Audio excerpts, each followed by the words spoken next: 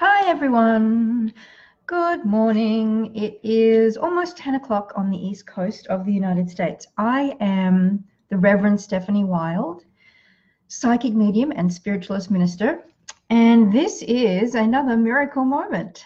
I have opened A Course in Miracles randomly to a paragraph, and I am going to read it and translate it into universally understood spiritual words, I hope.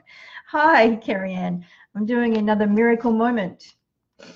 Course in Miracles. Today's page is 162, paragraph 11. It's from chapter 9 of the text.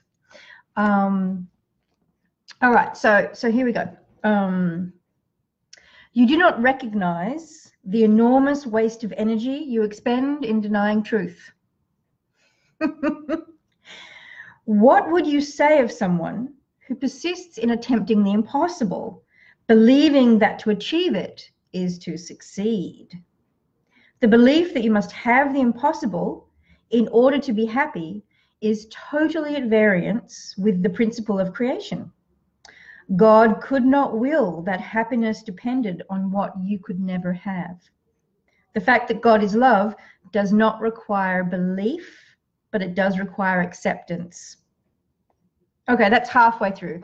So I'm just going to leave it there.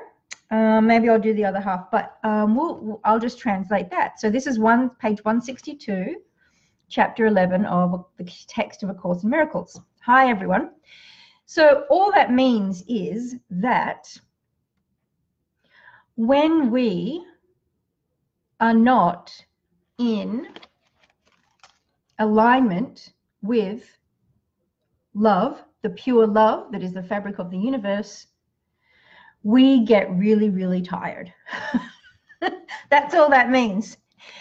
It just means that if we accept the present moment, which is pure love of the universe, then we'll have more energy to do the things that we want to do. So, yeah, that's all that says. So let me go through sentence by sentence. First off, it says, you do not recognize the enormous waste of energy you expend in denying truth. Yeah, that's probably true. Even me. Sometimes I think, oh God, I'm just tired. I'm just tired. But really, if I think back, it's because I was resisting the truth of the present moment. I was wishing someone would behave differently. I was wishing I had more money. I was wishing that I didn't have to go to some appointment. Or I was wishing that the past were different. I was angry yesterday, for example, at my father again. I was remembering some things that he did that I hadn't quite realized the gravity of. And I got so angry and I got tired. Because all of that emotional energy wears us down. So that's all that is. It's resistance. It's resistance to what is. Okay, second sentence. What would you say of someone who persists in attempting the impossible, believing that to achieve it is to succeed? Sure. I mean, you know, if someone's banging their head against a brick wall, hoping like to get through it, you'd be like, what are you doing? And that's what we are doing when we are trying to change things in the past, for example, or trying to change someone else's behavior, for example. We're just doing it's nuts. It's nuts. It's crazy. That's all that says. Okay, next. The belief that you must have the impossible in order to be happy is totally at variance with the principle of creation. So all that's saying is that we believe we need to change things. We need to get something we don't have to be happy. We believe we need that house or that child or a particular kind of husband to be happy. And all this sentence is saying is that that is not how the universe works. You don't need other stuff to be happy. Happiness lies in the present moment, in accepting the pure love of the universe. Okay. God would not will that happiness depended on what you could never have. So God is cosmic consciousness, infinite intelligence, source, the unified field, and the Course is saying that God wouldn't do that. So it's giving God will, which I do not do, and many of us these days do not do. But all that means is that the universe just doesn't work that way. And in order to believe that, then we need examples. And you can get those examples from me and other spiritual teachers who you see are happy. Or you can get it from your own life when you get examples of letting go and accepting the moment, and that's your proof that that's the way the universe works. When you accept the present moment and don't fight it, you're happier, calmer, more energy, more serene. Okay. Next sentence. The fact that God is love does not require belief, but it does require acceptance. And I love that. That is really the core of everything. It's the core of this book. It's the core of how I live. It's the core of how I teach. God is love. And that just means that pure love is the fabric of the universe. When you hear people talk about their near-death experiences, you'll hear them talk about this feeling of absolute, complete love.